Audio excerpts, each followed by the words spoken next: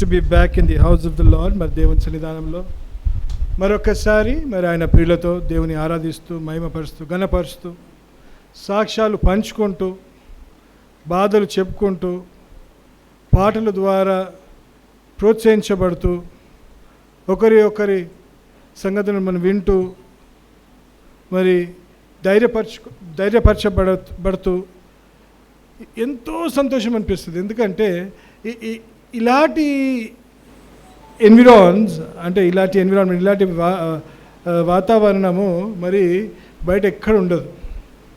ఇక్కడ ఉన్నంత సమయము ఎలా ఉంటుందంటే వీఆర్ ప్రొటెక్టెడ్. మనం ఏమైనామో దేవుని సన్నిధానంలో దేవుడు మనం కాచుతున్నాడు, మనల్ని సంరక్షించుకున్నాడని అనిపిస్తుంటుంది. అందుకే ఆ ధైర్యమే మనను మరి బయటికి వెళ్ళినప్పుడు కూడా నడిపిస్తుందని మనకు నిరీక్షణ ఉంది.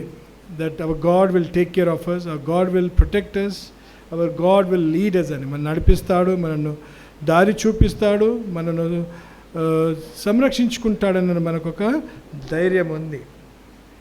అందుకే కొన్నిసార్లు ప్రతి ఒక్కరికి కష్టాలు, నష్టాలు, బాధలు, వ్యాధులు, ఎన్నో విధాలైన శోధనలు, ఎన్నో విధాలైన ఎలా ఉంటుందంటే పసాయించిపోతాం. ఎటు కదిలినా బాధ, ఎలా కదలాలా, ఎటువైపు వెళ్ళాలా, ఏమి చేయాలనే పరిస్థితి కూడా చాలా మటుకు మనకు వస్తుంటుంది. ఆ పరిస్థితులలో మరి ఒకటి బాగా ఏం నేర్చుకున్నానంటే, నేను మొన్న కూడా కొన్ని జరుగుతూనే ఉంటాయి, దట్ కొన్నిసార్లు మన పని కాదు, అది దేవుని పని అని అనిపిస్తుంటుంది అన్నమాట. It is not our work, but it is God's work to stand on our behalf. మన విషయమై మన కోసము ఆయన నిలబడుతూ, మన యుద్ధాలు ఆయన పోరాడతాడని వాక్యం తేటపరుస్తుంటుంది. ఆ రోజు మరి ఇశ్రాయేలు వాళ్ళు ఏమైపోయినారంటే ఐగుప్తు దేశం నుంచి బయలుదేరి కానాన్ దేశానికి వస్తున్నారు. అవును కదా? కానాన్ దేశానికి వస్తున్నప్పుడు ముందేమొచ్చింది? ఎర్ర సముద్రం వచ్చి ఉంది. వాళ్ళ ముందేమో నిలబడిపోయింది. ఏంటంటే there was this Red Sea in front of them. వెనుకకు తిరిగితే ఐగుప్తు సైన్యం, ముందుకు వెళ్ళాలంటే ఎర్ర సముద్రం. ఎక్కడికి వెళ్ళాలా? వే షుడ్ దే గో? ఎక్కడికి మరి, ఎటు తిరగాల, ఎటువైపు వాళ్ళు మరలాల అనేది మరి వాళ్ళు ఆలోచిస్తున్నారు. ఆలోచించడమైనా లేదు. వాళ్ళు ఎంతో బాధతోటి వాళ్ళు కొన్ని విధంగా రియాక్ట్ అయినారు. I'll coming to that later. ఆ విధంగానే మనకు కూడా ఏముంటాయంటే కొన్నిసార్లు అప్పులు పాలైపోతాం. అప్పులు కట్టుకోవాలంటే మనకు చేత కాదు. ఐవ్ సీన్, నేను ఎంతోమంది చూస్తున్నాను, ఎంతో కుమిలిపోతున్నారు కష్టపడి. ఆ సమయంలో మరి కొందరికి ఏంటి, స్వస్థత లేని రోగాలు, కొందరికి స్వస్థత లేని రోగాలు ఉన్నాయి, క్రానిక్ డిసీజెస్ కదా. కొన్ని ఎలా ఉంటాయంటే మందులు వేసుకోగానే తలనొప్పిలా కాదు, కొన్ని ఎన్నో బాధ పెట్టి ఎన్నో సంవత్సరాలు మనం వేధిస్తూ, మనను కృంగదీస్తూ, మన మనశ్శాంతిని పోగొట్టుకుంటూ, మన ఆరోగ్యం క్షీణిస్తూ ఎన్నో విధాలుగా కష్టపడుతుంటాం. We keep suffering. And then we also have this కొన్ని బ్రోకన్ రిలేషన్షిప్స్ కూడా చూస్తున్నాను. కొన్ని ఏమవుతున్నాయి, సంబంధాలు కొన్ని ఏమవుతున్నాయి, మనకున్న రిలేషన్స్ కూడా కొన్ని ఎన్నో మరి క్రాక్ అయిపోయినట్టు గమనిస్తున్నాం.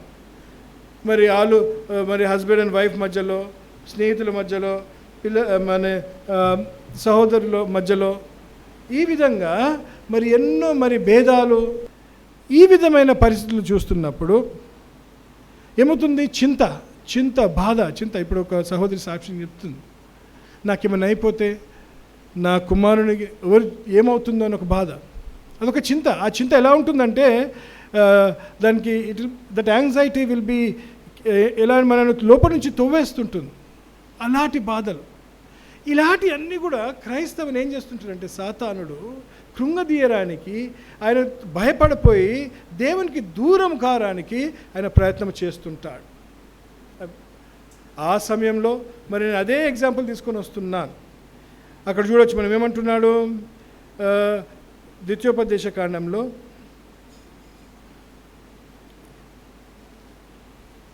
1వ అధ్యాయంలో 30వ వచనంలో చూద్దాం.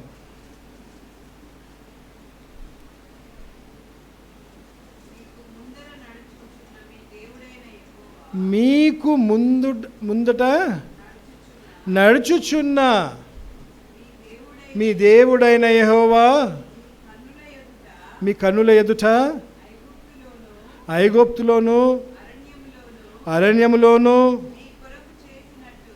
మీ మీ మీ కొరకు చేసినట్లు మీ పక్షమున యుద్ధము చేయును. ఎవరి పక్షమున? మన పక్షమున మన దేవుడు యుద్ధము చేస్తాడు. He will fight our wars. He will take care of our needs. He will protect us. He'll protect our families. మన ఉద్యోగం గురించి చెప్పినారు. మన చింత అవ్వద్దు. అందుకే అంటున్నారు మళ్ళీ ఏంటి? Cost all your burdens on. నీ చింత అవ్వద్దు, ఆయన మీద మోసివే. ఆయననే నిన్ను ఏం చేస్తాడంట? ఈ కేర్ ఫర్ యూ అంటాడు. మరి అలాంటి జీవితం, అలాంటి నిరీక్షణ మనం కలిగి ఉన్నాం కదా, మరి ఎందుకు భయపడతాము అనేది ఒక ప్రశ్న. ఇంకోటి మంచిగా అంటాడు, ఎక్సోడక్స్లో అంటాడు, నిర్గమకాండం 14:14 అంటాడు. ఏమంటాడు? Be still. ఏమంటాడు? ఊరుకోవగా ఉండు. అవునా? ఏమంటున్నాడు అక్కడ? ద లార్డ్ యెహోవా మీ పక్షమున ఏమంటున్నాడు? 14 కదా, ఇది ఎక్సోడస్నా? Right, correct, right. అదే అంటున్నాడు, మన పక్షంన యుద్ధము చేస్తాడు, నీ పక్షంన యుద్ధము చేస్తాడు. ఏ రోగమైనా కానీ, ఏ బాధ అయినా కానీ ఆయనకు అసాధ్యం అనేది ఏదియో. ఇంత మంచి పాట పాడినాం. ఏం పాట పాడినాం? అందరికీ ధైర్యం ఇచ్చే పాట ఏంటి? ఏమైనా చెయ్యగలవు కదా. కథ మొత్తం అది నమ్మాల. మరి అదేం చేయాలి? నువ్వు నమ్మాల. You have to believe in that lord. ఏం చేస్తుంటామంటే ఇప్పుడు ఇక్కడ చూస్తున్నాం, ఇక్కడ ఏమంటున్నాడు? ఇదండి, ఇక్కడ బాగా చూద్దాం. ఇప్పుడు 30వ వచనంలో ఏం చూసినాము? ద్వితీయోపదేశ కాండంలో 1వ అధ్యాయంలో 30వ వచనంలో ఏం చూసినాము? ఆయన మనం ముందట నడుచుచున్నాడు. He goeth before you. ఆయన ముందు నడుస్తున్నాడు. నీకు భయం ఎందుకు? ముందు ఏం జరుగుతుందో నీకు తెలియదు, ముందు ఏముందో నీకు తెలియదు. ఒకరోజు రాత్రి 12 అయిపోయింది, 12:30 అయిపోయింది. కొత్త ప్రాంతంలో ఉన్నాం, దారి తప్పిపోయినాం. నేనున్నాను, షీలా ఉంది, సూజన్ ఉంది, స్టీవెన్ ఉన్నాడు. కేరళలో మేము మున్నార్లో ఆ హిల్స్లో తప్పిపోయినాం. ఎక్కుతున్నాం, గుట్ట ఎక్కేసాం. అది ఎన్నో గుట్టలు ఉన్నాయి, ఒక గుట్ట నుంచి ఒక గుట్ట కింద నది ఉంది. ఆ నది ఎప్పుడు ఆ చీకటిలో జైలలో ఉన్నాను నేను. అది ఆ హైట్లో వెళ్తున్నాను నేను. ఈ హైట్లో వెళ్ళినాక ఒకటేసారి ఏమైపోయిందంటే ఇట్లా కొంచెం తిరిగింది బండి. ఆ బండి ఇట్లా తిరిగి నేను ఇట్లా మళ్ళీ లెఫ్ట్ తీసుకో లోపల ముందు ఏమీ లేదు, ఒకటి చీకటి. This nothing. ఆ సమయంలో వెనుకల తిరగాలంటే కూడా బండి ఎట్లా తిప్పాలో కూడా నాకు తెలియదు. అలాంటి ప్రాంతంలో అనిపించింది. ఎలా మరి అని. సరే, అది ఒక అంటే ఆ సమయంలో నాకు చాలా భయమైంది. బండి ఎలా తిప్పాలా, వెనక తిప్పితే జారితే, మరి ఈ సమయంలో ఎవ్వరూ లేరు. బండి ఆ నదిలోకి వెళ్ళిపోతే ఆ నీళ్ళు శబ్దము, ఆ నీళ్ళు ఎటుందా అటుందో కూడా తెలియదు, శబ్దమే, చీకటి, మొత్తం చీకటే. ఏమవుతుందో అని కూడా భయం. ఆ సమయంలో ఒకటే వచ్చింది, ఏంటి? ఏవా నీ ఇష్టం, ఇక మాకు తెలియదు. పిల్లలు కూడా వెనకాల అలానే ఉన్నారు, గమ్మునైపోయినారు అందరూ బండ్లో, ఏం కనిపిస్తలేదు. అలాంటి పరిస్థితి కూడా చూసినాక అంటే చెప్తున్నాను. కానీ ఏదో విధంగా అక్కడనే కొంచెం ఇక నేను తిప్పుకొని మెల్లమెల్ల కొంచెం తిప్పుకుంటా మెల్లమెల్లగా డ్రైవింగ్ ఎక్స్పీరియన్స్ బాగున్నందుకు బయటపడ్డాను. పడి అటు మెల్లగా దిగిపోయినాను. కానీ ఆ సమయంలో అనిపించింది ఏంటి, మన ముందు ఎవరు వెళ్తున్నారు? ఆ భయం లేదే మనకు. ఆ నిరీక్షణ ఎంతమందికి ఉంది? దేవా నువ్వు ముందు వెళ్తున్నావు. దేవుడు ముందు వెళ్తున్నాడంటే ఒకటి బాగా గమనించండి, వెనుకలు ఎవరు వెళ్తున్నారు? వెనుకలు ఎవరున్నాము? మనం ఉన్నామంటే దేవుడు నడుస్తున్న విధానంగా మనం నడుస్తున్నామా అని ఒక ప్రశ్న. ఆయన ముందు వెళ్తున్నాడంటే ఏం చేయాలి మనము? ఆయన వెనకల వెళ్ళవలసింది. You have to follow his path. ఆయన చెప్పిన మాటకు విధేయత చూపించాలి. ఆయన ఏ విధంగా నడుస్తున్నాడో ఆ విధంగా నడువు. అది చీకటి కానీ, కష్టంగా, నష్టం, అది నీకు ఏమన్నా కానీ ఆయన నిన్ను నడిపించే మార్గంలో నువ్వు నడవవలసిందే. You have to walk. అంతే. ఆయన ఏం చేస్తుంటాడంటే అదే పరిస్థితులలో ఏం చేస్తుంటాడు? కార్యాలు చేస్తాడు. ఆ కార్యాలు ఎలా ఉంటాయి? మామూలు కార్యాలు కావు. ఆ కార్యాలలో ఏం చేస్తాడంటే ఆ కష్టము, ఏ నష్టము, ఏ బాధ నీకు అడ్డంగా నిలబడిందో దాన్ని ఆయుధంగా వాడతాడు. He will use that situation, he will use that disease, he will use that concept that is hindering your progress as a weapon to make you win. ఏం చేస్తాడు? అదే నీకు ఆయుధంగా వాడుతూ నీకు ఉపయోగంగా ఏం చేస్తాడు? ఆయన నీకు బహుమానంగా ఇస్తాడు. చూడండి, అది దేవుడు. మన దేవుడు అంత గొప్పవాడు. ఇక్కడ మొదట ఏం చూస్తున్నాము? ఆయన మన ముందు వెళ్తున్నాడు. హీబ్రూలకు రాసిన పత్రిక 13వ అధ్యాయం 6వ వచనం చూద్దాం. 13:6 హీబ్రూలకు రాసిన పత్రిక 13వ అధ్యాయము 6వ వచనం. కాబట్టి ప్రభు నాకు సహాయుడు, నేను భయపడను. చాలా నాకు సహాయకుడు ఎవరు? ప్రభు ఎవరు? ప్రభు అంటే ఏంటి?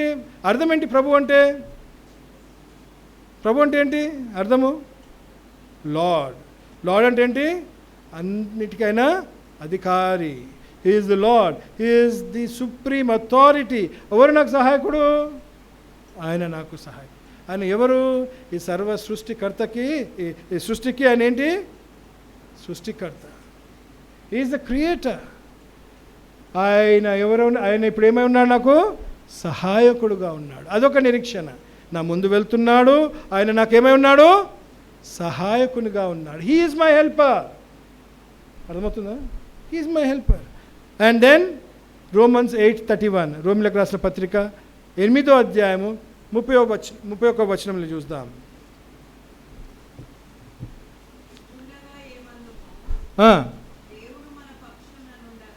దేవుడు మన పక్షమున ఉండగా అంటున్నాడు. చాలు. He is for us. He is for us. నీ పక్షమున ఉన్నాడు. ఏమనగాని భయపడకు. దేవుడు నీ ముందు నడుస్తున్నాడు, నీకు సహాయకుడుగా ఉన్నాడు. ఇంకోటి ఏంటి? నీ పక్షమున నిలబడ్డాడు. చూడండి, వాక్యం ఎంత తేటగా మనకు చెప్తుంటుంది. That's why you keep reading your scriptures in such a manner that, అంటే ఎలా చదవాలంటే నువ్వు పద్ధతిగా ఒక పద్ధతిగా ఒక ప్లాన్తో చదువుతుండు. దేవుడు నీకు అనుదినము కావాల్సిన ధైర్యం దయచేస్తాడు. He'll provide you with all that you need for that particular day. ఆ రోజు నీకు ఎంత కావాలనో అదంతా కంపల్సరీగా నీతో మాట్లాడుతుంటాడు. మరొక యవనస్తురాలు మంచి చెప్పింది. నాకెందుకో 3:30 సమయంకి, ఆ సమయంలో పొద్దున కాలంలో ప్రార్థన చేసి నాకెంతో కొంచెం ఏమంది, I feel that God's presence అన్నది, I feel God talks or ఆ విధంగా అనిపించింది. తప్పకుండా that is the experience that I have always had. నేను ఎప్పుడని చెప్తాను, అంటే శాంతి కలిగిన ఆ ప్రాంతంలో, ఆ సమయంలో శబ్దాలు ఉండవు, ఎటువంటి డిస్టర్బెన్సెస్ ఉండవు, ఎటువంటి ఆలోచనలు ఉండవు. మంచిగా నిద్ర లేస్తావు. లేచి నువ్వేం చేస్తావు? ప్రార్థన చేసుకునేటప్పుడు నువ్వేం చేస్తున్నావు? దేవునిని ఆహ్వానిస్తున్నావు. You are inviting him in to your, ఇక దినము మొదలు కాకముందు ఏం చేస్తున్నావు? నువ్వు ఆహ్వానిస్తున్నావు. ఆయన ఏం చేస్తాడంటే ఆయనకు తెలుసు బాగా ముందుకు ఏం జరగబోతుందో. ఆయనకు బాగా తెలుసు. నువ్వు ఈ రోడ్డు మీద పోతుంటావు, వెనకాల నీకు ఈ ట్రక్ వస్తుంటుంది. అమ్మో, ట్రక్ల గురించి మాట్లాడుతున్నా. వెనకాల నీకు ట్రక్ వస్తుంటుంది. ఆ ట్రక్ కొంచెం కూడా మిస్ అయితే ఆయన తగులొచ్చు అని ఏం చేస్తాడు? ఆయన బాగా తెలుసు. మనం అనుకుంటాం మనం బాగా నడిపించుకుంటూ వచ్చినాం అనుకుంటాం, కానీ ఆ ట్రక్ మన తగలకుండా ఎవరు ఆపేస్తారు? ఎవరు ఆపించవచ్చు? దేవుడే ఆపించవచ్చు. ఎన్నో విధాలుగా he protects you. And God when he works they are not coincidences. ఆయన ఏం చేస్తాడు? అది ఏదో జరిగిపోయిందని ఉండదు, కానీ ఎలా అంటే ఆయన ఉద్దేశం కలిగించి ఆయన ఉద్దేశంతో నేను కాపాడుకుంటుంటాను. అదే ధైర్యం. అందుకే మరి ఆ విధమైన జీవితం మనం నేర్చుకుంటున్నాం. మంచిది. I was very motivated. నాకు ఎంతో ఇది చెప్పిన చిన్న సాక్ష్యాల్లో ఎంతో ఎంతో ఎంతో నేను ఆధారపడ్డాను. ఐ హ్యావ్ బిన్ చాలా బలపరచబడ్డాను. బ్రదర్ ఒక మాట మంచిగా అన్నాడు. బ్రదర్ అది చెప్పలేకపోయినాడు, కానీ మనలో ఉన్న దానితో ఇతరులకు సహాయం చేయాలన్నాడు. ఏమన్నాడు? మనం ఇతరులకు సహాయం చేయాలన్నాడు. ఎందుకన్నాడు ఆ మాట? ఆయనకి ఏదో ఒకటి ఎక్కడో గుచ్చుకుంది, ఆయనకి ఏదో ఒక బాధ ఉంది, ఆయన ఏదో ఒక దగ్గర ఆయన సహాయం చేసినాడు, ఆయన చేయాలనే ఆ ఉద్దేశం ఉంది. అదేం చేసినాడు? ఈరోజు మనకు తేటపరిచినాడు. ఎందుకు? ఆయన దాంట్లో ఏదో చూసినాడు, ఏదో ఆనందం చూసినాడు, ఏదో విజయం చూసినాడు. ఈ సాక్ష్యాలు ఏంటి? అనుభవముతోటి చెప్తున్న సాక్ష్యాలు, అనుభవంతో చెప్తున్న సాక్ష్యాలు. ఇప్పుడు మంచి మార్క్స్తో పాస్ కావాలంటే వాక్య సీక్రెట్ చెప్పేసింది. మంచి మార్క్స్తో పాస్ కావాలా, ర్యాంక్స్ రావాలంటే ఏం చేయాలంట? బైబిల్ చదవద్దు, ప్రార్థన చేయవద్దు. అవునా? మరి వాక్యం అదే చెప్పింది. ఏమన్నది? నేను బైబిల్ అసలు చదవలేదు, ప్రార్థన సమయం ఇవ్వలేదు అన్నది కదా. అంతేనదా లేదా? అలా అనలేదు ఆమె. అంటే ఏమన్నదంటే ఆమె కుమిలిపోయింది. ఆమె ఏమైపోయింది? ఆయన ప్రేమతోటి ఏమైపోయింది? ఆమె కుమిలిపోయింది. అంటే she repented, she felt guilty and ఏమంది ఆమె? నాకు ఎంతో సిగ్గు చేటగా ఉంది, అంత నేనేమి చేయకపోయినా ఆయన నన్ను కనికరించినాడు. He has help me to get a great rank. School first, ఆమె స్కూల్ ఫస్ట్. కష్టాలు బాధలు వాళ్ళు, తల్లిదండ్రులు కష్టపడుతూ పిల్లల్ని చదివిపిస్తున్నారు. ఎంతోమంది ఉన్నారు. శరణ్య ఉంది ఇక్కడ. శరణ్య లేదా మన మధ్యలో? ఓకే, శరణ్య ఉంది, వాక్య ఉంది. 10th ఎంతమంది పాస్ అయినారు సార్? వాళ్ళు లేరు ఇక్కడ. జెస్సీ లేదు. సైమన్ ఉన్నాడు, 12th పాస్ అయినాడు, ఫెయిల్ అయిపోతా అనుకున్నాడు. సైమన్ ఉన్నాడు బీదర్ నుంచి ఈరోజు మన మధ్యలో. చాలా ఏం చేస్తామో, ఏదో ఏం చేసుకుంటాడో అని ఎన్నో మాటలు మాట్లాడుకున్నాం. ఎంత పర్సెంటేజ్ వచ్చిందా? డిస్టింక్షన్ కొట్టేసాడు. మ్యాథ్స్ ఎంత వచ్చింది? అది చెప్పరాదు. మ్యాథ్స్ ఎంత వచ్చింది? 91. మ్యాథ్స్లో ఫెయిల్ అయిపోతుంది, నాకు మ్యాథ్స్ రాదు అది అనుకున్నాడు. అన్నిటికన్నా ఎక్కువ వచ్చి ఇక్కడ ఏమొచ్చింది? మ్యాథ్స్ వచ్చింది. దేవుడు ఎందుకు? వాడు ఒక ఈ సమయం గురించి బాగా తెలుసు. అసలు ఎగ్జామ్కి పోకముందు పొద్దున ఫోన్ చేస్తాడు. ఫోన్ చేసి అంకుల్ ప్రేయర్ చేయండి. అంకుల్ ప్రేయర్ చేయకపోతే వాడు ఫెయిల్. కాన్ఫిడెన్స్ ఉండదు. నేను అదే అంట, నా మీద కాదు నువ్వు. కానీ ఏం చేస్తానంటే, నాకు మీరు ప్రేయర్ చేయండి అంకుల్, నాకు అదొక ధైర్యము, నా గురించి మీరు అందరు ప్రార్థన చేస్తున్నారు, నాకు ఒక ధైర్యం అని ప్రేయర్ చేసుకుని వెళ్తాడు. బైబిల్ చదువుకుంటాడు, అన్నీ ప్రార్థన చేసుకుంటుంటాడు. They are dependent on the Lord. So children are very much dependent on the Lord. That is what actually motivates me this morning. ఏంటి? నాకు ఎంతో సంతోషం అనిపిస్తుంది. ఎందుకు? పెద్దలు చెప్పని సాక్ష్యాలు చిన్నపిల్లలు చెప్తున్నారు ఈరోజు. ఏంటి? దేవుడు మమ్మలను ప్రోత్సహిస్తున్నాడు, దేవుడు మమ్మల్ని నడిపిస్తున్నాడు, దేవుడు మాకు కావాల్సిన దీవెనలు దయచేస్తున్నాడు అని. దట్ వాస్ సో నైస్ చెప్తున్నారు. మరి ఆ విధంగా అనిపించింది. ఏంటి? ఆయన మన ముందు నడుస్తున్నాడు, ఆయన మన తోడై ఉన్నాడు, ఆయన మన కోసము ఉన్నాడు అని మన వాక్యం చూస్తున్నాం. చూడండి, అందుకే ఏ పరిస్థితి అయినా కానీ భయపడద్దు అంటున్నాడు. సైన్యం ఎంతో గొప్ప సైన్యము. దాని రథాల మీద వస్తున్నారు. ముందు ఎర్ర సముద్రం ఉంది. వీళ్ళు ఏమి చేయలేని పరిస్థితిలో ఉన్నారు. అక్కడ ఏమన్నాడు దేవుడు? 2 క్రానికల్స్ చూడొచ్చు. ఏంటి? 2 దినవృత్తాంతములు 20వ అధ్యాయము 17వ వచనంలో. ఐఎమ్ జస్ట్ టాకింగ్ అబౌట్ మనకు ఏమి కాదు, మనం ఏం చేయడం అవసరం లేదు. I'm talking all about stand still, be still. ఊర్వక ఉండుడి, డిపెండ్ ఆన్ యువర్ లార్డ్. నీ దేవుని మీద నీ నమ్మకం పెట్టుకో, నీ దేవుని మీద ఆధారపడు, నీ దేవుని పాదాల మీద సాష్టాంగపడు. నువ్వేం చేయడం అవసరంలా. ఏమంటున్నాడమ్మా?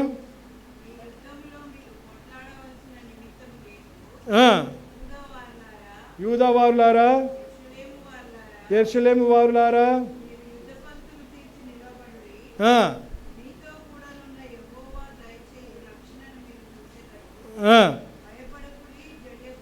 భయపడుకుడి, జడియకుడి,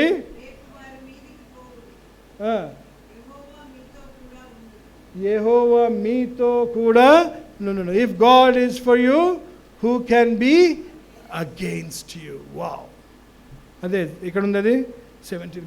God is with you, who can be against you అని ఉంటుంది, అక్కడనే ఉంటుంది. రైట్? అందుకే ఇదొకటి మనం నేర్చుకోవాలి. Stand still and see the salvation of the Lord అంటున్నాడు. ఏమంటున్నాడు? పూర్వక ఉండు, ఆయన రక్షణను చూస్తూ. Depend on him. క్రైస్తవులకు అన్నిటికన్నా కష్టమైన పని ఏంటంటే ఊర్వక ఉండడం.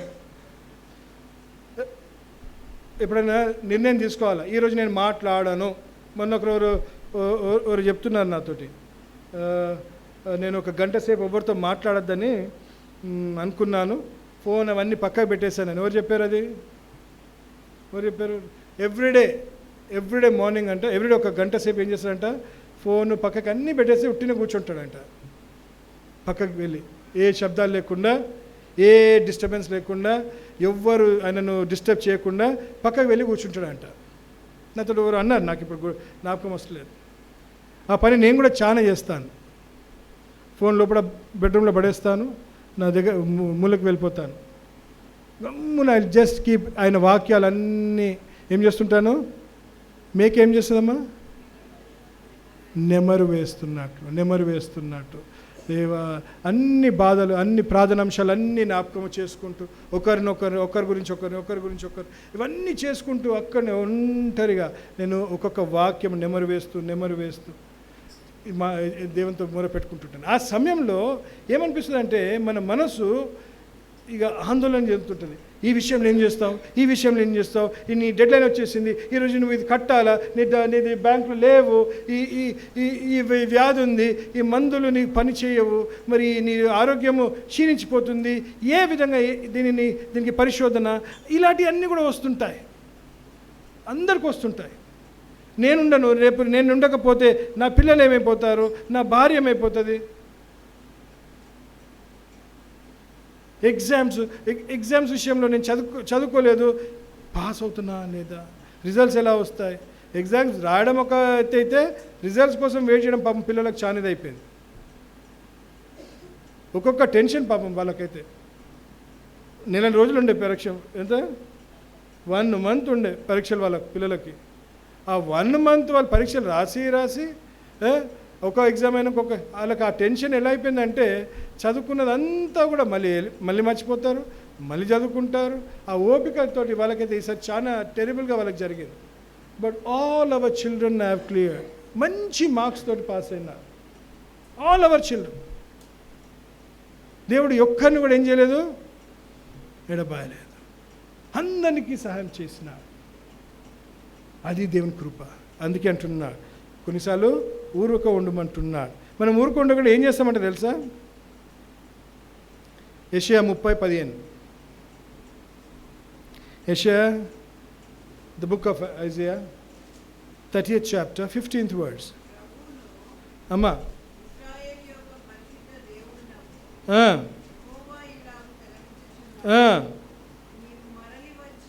మీరు మరలి వచ్చి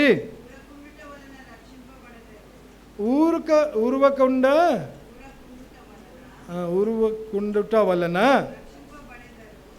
be still and you'll be saved. మీరు ఊరకుండా నమ్మకుండుట వలన మీకు బలము కలుగును. ఏమంటున్నాడు, be in quietness and confidence అంటున్నాడు. Shall be your. మన బలం ఏంటి, అదేమంటాడు తెలుగులో, ఏమంటాడు క్వైట్నెస్ అండ్ కాన్ఫిడెన్స్ని,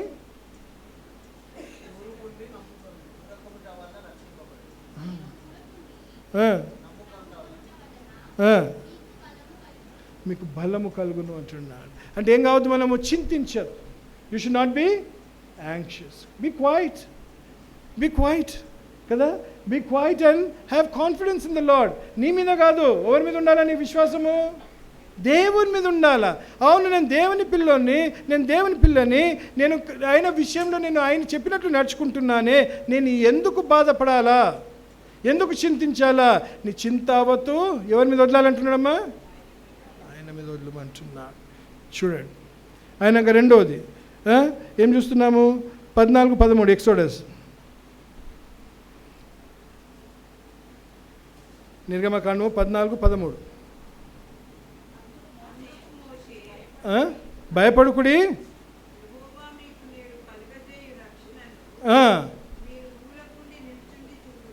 నిలుచుండి, ఏమంటున్నాడు, చూడుడి అని. మీరు జస్ట్ చూడుడి అంటున్నాడు. Just watch, God is going to work. నీ నమ్మకం ఎలా ఉండాలంటే సంపూర్ణంగా ఆయనలో ఉండాలి. అప్పుడు ఆయన చేసే కార్యాలు ఏం చేయాలి, మనము ఉట్టి నిల్చుండి చూడు. Just stand still and watch. ఎన్నో విధాలుగా చూస్తున్నాను నేనైతే, నా జీవితంలో అయితే గమ్మున ఉంటున్నాను, దేవుడు చేస్తున్నాడు కార్యాలు. He's doing so many things.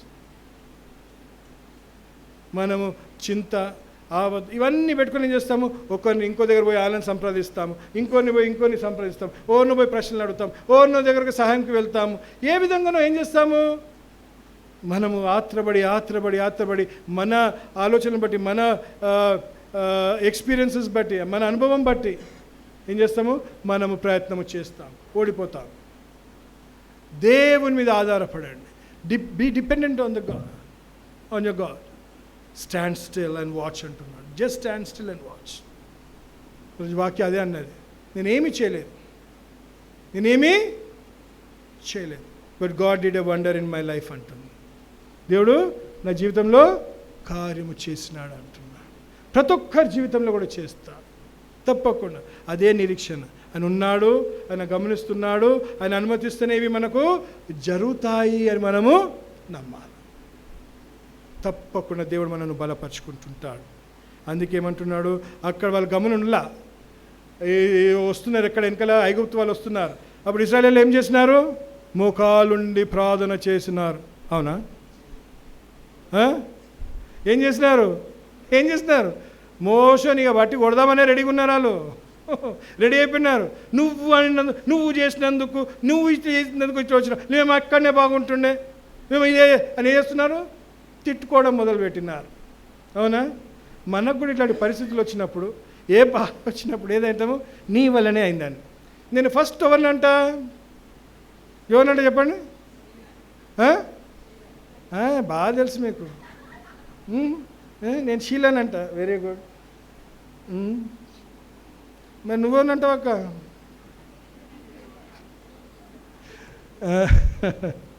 కదా, ఇదే ఉంటుంది. ఎవరు ఇక హస్బెండ్ ఏమో వైఫ్ని అంటాడు, వైఫ్ ఏమో హస్బెండ్ అంటుంది,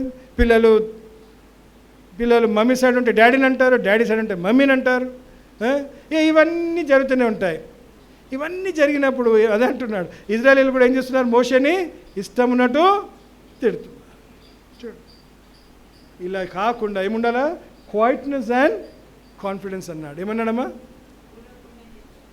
ఊరకుండానే నిల్చుడి అంటున్నాడు. ఇప్పుడు బాగా గమనించాలి ఏంటంటే, ఎర్ర సముద్రము వాళ్ళకు అడ్డంగా ఉండే, సముద్రము వాళ్ళకు అడ్డంగా వాళ్ళని నిలిపేసింది. It was an obstacle for them to cross over. ఆయన ఏం చేసినాడు, ఆ ఎర్ర సముద్రమునే, ఆ అడ్డంకంగా ఉన్న ఆ ఎర్ర సముద్రం ఏం చేసినాడు, ఆయుధంగా వాడినాడు. అదే ఎర్ర సముద్రంలో ఏం చేసినాడు, ఐగుప్తులందరినీ ముంచి వేసినాడు. అదే వ్యాధిని, అదే బాధని, అదే శోధనని, అదే నిందని ఏం చేస్తాడు దేవుడు, నీకు ఆయుధంగా వాడతాడు.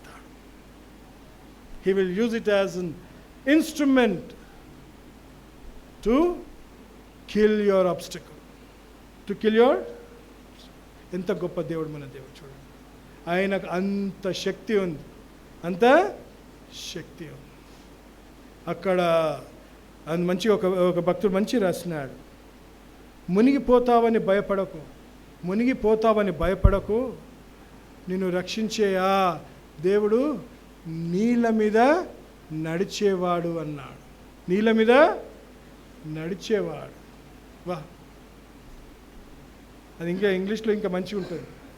Do not fear drowning, your God is the life God who wax on water అంటారు.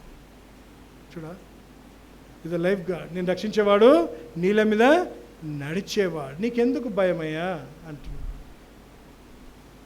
ఈ రోజులలో ఉన్నాం, ఏదో విధంగా సాతాను తంత్రాలు ఎన్నో విధాలుగా వాడుకుంటుంటాడు, ఎన్నో విధాలుగా బాధ పెడుతుంటాడు, ఎన్నో విధాలుగా మన మధ్యలో భేదాలు తీసుకొని వస్తుంటాడు, ఎన్నో విధాలుగా మనకు పరదాలు తీసుకొస్తుంటాడు, ఎన్నో విధాలుగా వ్యాధులతో అటాక్ చేస్తుంటాడు, ఎన్నో విధాలుగా ఆర్థిక పరిస్థితులతో మనను కన్ఫ్రంట్ చేస్తుంటాడు. ఇవి తప్పకుండా జరుగుతాయి. ఎంత మనము దేవుని కోసము నిలబడాలని ప్రయత్నం చేస్తుంటామో, ఎంత మనం దేవునికి దగ్గరగా ఉండాలని ఉండాలని నిర్ణయం తీసుకుంటుంటామో, వాడు అంత గట్టిగా మనను పట్టుకుంటాడు. వానికి కావాల్సిన ఏ ఆత్మలు అనుకుంటున్నారు, తాటి చెట్టు కింద కూర్చొని కళ్ళు తాగుతున్నాడు కాదు.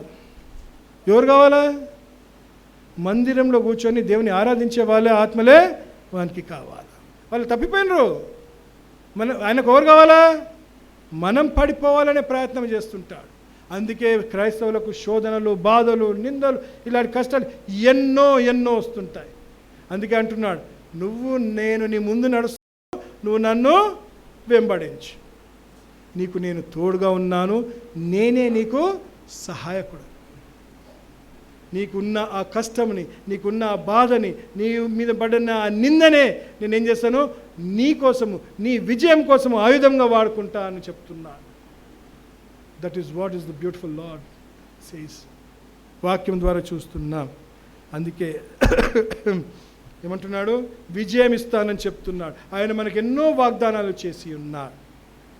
ద్వితీయోపదేశ కాండము 20వ అధ్యాయం 4వ వచనంలో ఏమంటున్నాడు,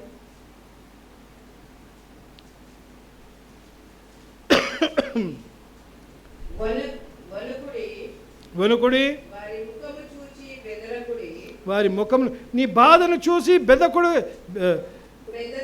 బెదరకుడి, మీ కొరకు మీ శత్రువులతో యుద్ధము చేసి మిమ్మలను రక్షించు, నన్ను రక్షించు, మిమ్మల్ని మనందరినీ రక్షించువాడు ఈ దేవుడైన యెహోవాయే. మన దేవుడైన యెహోవాయే. మన పక్షమున పోరాడువాడు ఆయనే. He is the one who will fight for us, stand for us. నమ్ము, అంతే. మనం చేసే పని ఒకటే, నమ్మాల్సింది. Only thing that you need to do is believe. Yes, అంతే. అదొక్కటి ఉంటే చాలు. నువ్వు ఆయనను వెంబడిస్తూ జీవిస్తే ఇలాంటి వాగ్దానాలు మనకు తప్పకుండా దేవుడు నెరవేరుస్తాడని మనం గమనిస్తున్నాం. జోషువ 23:10 కూడా చూస్తాం. ఏదో జీవించడం అని కాదు, ఆయన ఏం చేస్తున్నాడు, విజయం ఇస్తా అంటున్నాడు.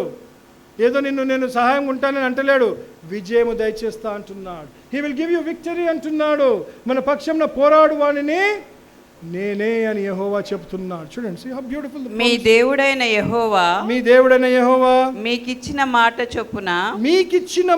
చొప్పున తానే మీ కొరకు యుద్ధము చేయువాడు గనుక మీలో ఒకడు 1000 మందిని తరుమును. మీలో ఒకడు ఎంతమంది తరుముతారంట? 1000 మందిని. చూడండి, ఎందుకు? నీ శక్తితో కాదు. ఎందుకు? Because the Lord your God is he who fights. ఆయన పోరాడుతున్నందుకు మనం ఎంతమంది తరుముతామంట? ఎంతమంది తరుముతాం సోని? 1000 మంది. 1000 people. 1000 మందిని, 1000 కష్టాలు, 1000 బాధలు, 1000 నిందలు ఇట్లా వేసుకోండి, మనము తరిమేచి అంటున్నాడు. అందుకే నెహెమియాలో కూడా అంటాడు. నెహెమియాలో 4:20, 4వ అధ్యాయం 20వ వచనం.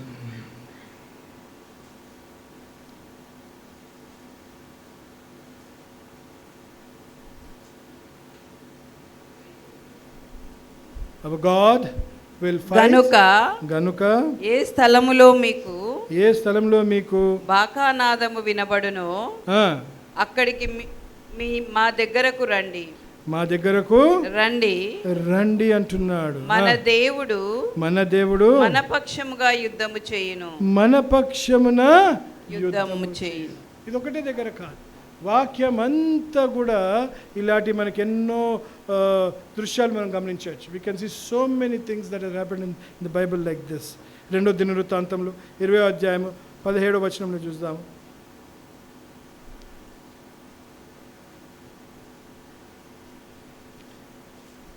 సెకండ్ క్రానికల్స్ 2వ దినవృత్తాంతంలో 20వ అధ్యాయము 17వ వచనం. You will not need to fight in this battle అంటున్నాడు. తెలుగులో ఏమంటున్నాడు? ఈ యుద్ధములో మీరు పోట్లాడవలసిన నిమిత్తము లేదు. యూదావారులారా, యెరూషలేము వారులారా, మీరు యుద్ధ పంక్తులు తీర్చి నిలవబడుడి. మీతో కూడా ఉన్న యెహోవా దయచేయు రక్షణను మీరు చూచెదరు. అంతే. Don't fight. అంతేనా? అంతే కదా. ఇక అది మనం చూడొచ్చు. ఆయనకు 21:24 అక్కడ ఏం చూడొచ్చు? ఒక పెద్ద యుద్ధం వచ్చేసింది యెహోషాపాతుని ఎదిరించడానికి. There was a huge army which has come. కానీ ఏమంటున్నాడు? యుద్ధము మీరు చేయడము లేదు. అవసరం లేదు. Just watch. ఈరోజు నిన్ను ఏ బాధ అయినా, ఏ వ్యాధి అయినా, ఏ కష్టమైనా, ఏ నిందైనా, ఏ రోగం, వాట్ ఎవర్ ఇట్ ఈస్, ఆయన చేతిలో అప్పచెప్పేసి, ఆయనకు మూసివేసి, just give it in to your hands and just stand still and God will fight your wars అంటున్నాడు. ఎరుకో ఏమంటారు? గోడల విషయంలో కూడా చూస్తున్నాం. వాళ్ళు ఏమన్నా చేసిండ్రా? అందరు తీసుకెళ్ళినారు. ఏం తీసుకెళ్ళినారు? గడ్డపారలు. అవునా? ఎరుకో పట్టణంని, అవునా? ఏం జరిగింది అక్కడ? దేవుడి కార్యం జరిగింది. యెహోషువ 6:10, జోషువ 6:10, జోషువ 6:10, 6వ అధ్యాయము 10వ వచనం అంటాడు.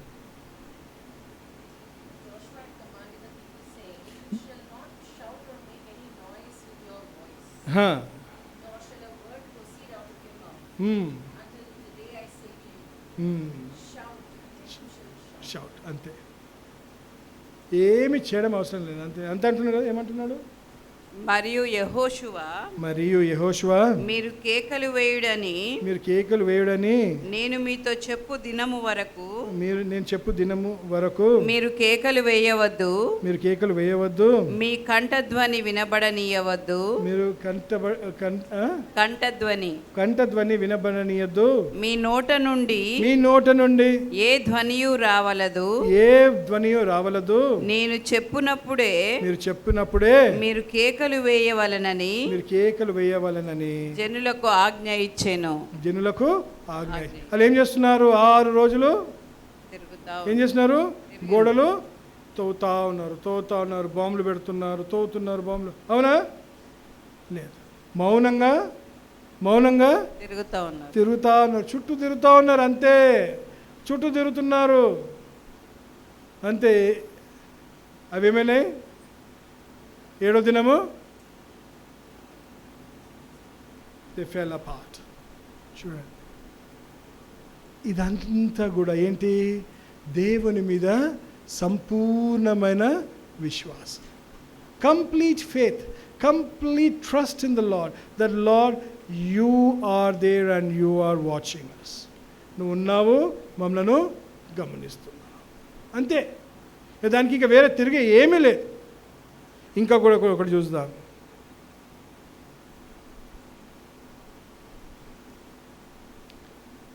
నిర్గమకాండము 12వ అధ్యాయం 22వ వచనం, 22-23.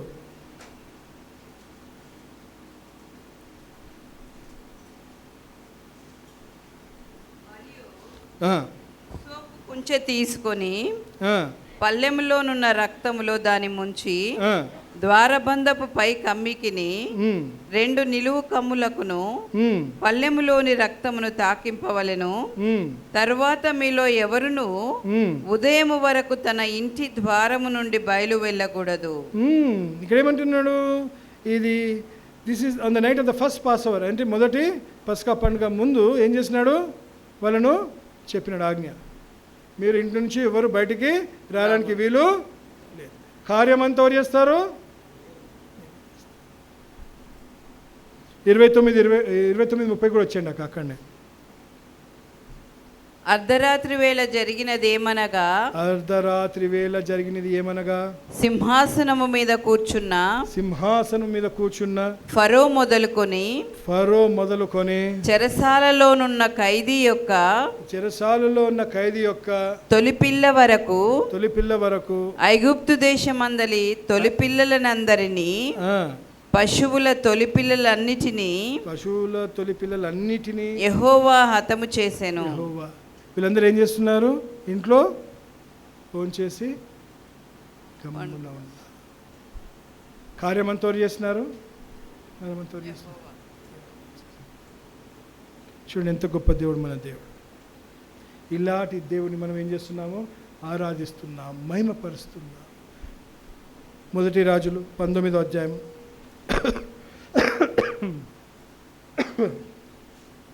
19వ అధ్యాయం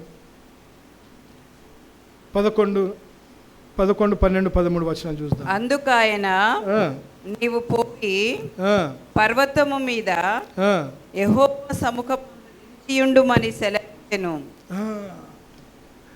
ఈస్ డిస్పైరింగ్. అక్కడ ఏమి చేయాలా అని ఏమి అలసిపోయి ఉన్నాడు. ఎవరు? ఏలియా. చదువు. అంతటా యెహోవా ఆ వైపున సంచరింపగా బలమైన పెనుగాలి లేచెను. బలమైన పెనుగాలి, ఏ గ్రేట్ విండ్. యెహోవా భయమునకు పర్వతములు బద్దలాయెను. ఆయన భయమునకు ఏమైనా అంట? పర్వతములు బద్దలాయెనంట. The hills broke, earthquake. శిలలు చిన్న భిన్నములాయెను గాని యెహోవా ఆ గాలి దెబ్బ యందు ప్రత్యక్షము కాలేదు. గాలి పోయిన తరువాత భూకంపము కలిగెను గాని ఆ భూకంపమునందు యెహోవా ప్రత్యక్షము కాలేదు. ఆ భూకంపమైన తరువాత మెరుపు పుట్టెను గాని there came out a great fire. ఆ మెరుపునందు యెహోవా ప్రత్యక్షము కాలేదు. మళ్ళీ ప్రత్యక్షము కాలేదు. కానీ మెరుపు ఆగిపోగా మిక్కిలి నిమ్మలముగా మాటలాడు ఒక స్వరము వినబడెను. చూడండి, ఆ తర్వాతనే ఏమైపోయిందంట? స్వరము వినబడి అన్ని చల్లారిపోయి అన్ని నిదానమైనప్పుడు, when everything was still, he heard a small voice. అవునా? చిన్న స్వరంలో ఏమన్నాడు? చిన్న ఒక స్వరము వినబడెను. స్టిల్ వాయిస్ అంటాడు. అందుకే అక్కడ చెప్పినాడు. అక్కడ ఇక అది వేరే. అక్కడ ఏముంటుందంటే ఇక ఎవరిని ఇది చేయాలా, ఏ రాజుని ఇది చేయాలా అనేది ఉంటుంది అక్కడ. అంతే. కానీ దేవుడు ఆ విధంగా మాట్లాడుతుంటాడు. మనను ఆందోళన చెందనీయాడు, మనకు అసమాధానమైన పరిస్థితులకు నడిపియాడు, శాంతి కలిగించే చోట్లనే మనను నడిపిస్తాడు. అందరం కలిసి కీర్తన 23 తీద్దాం. Let us open our Bibles to Psalm 23. 23వ కీర్తన తీసిండ్రా అందరూ?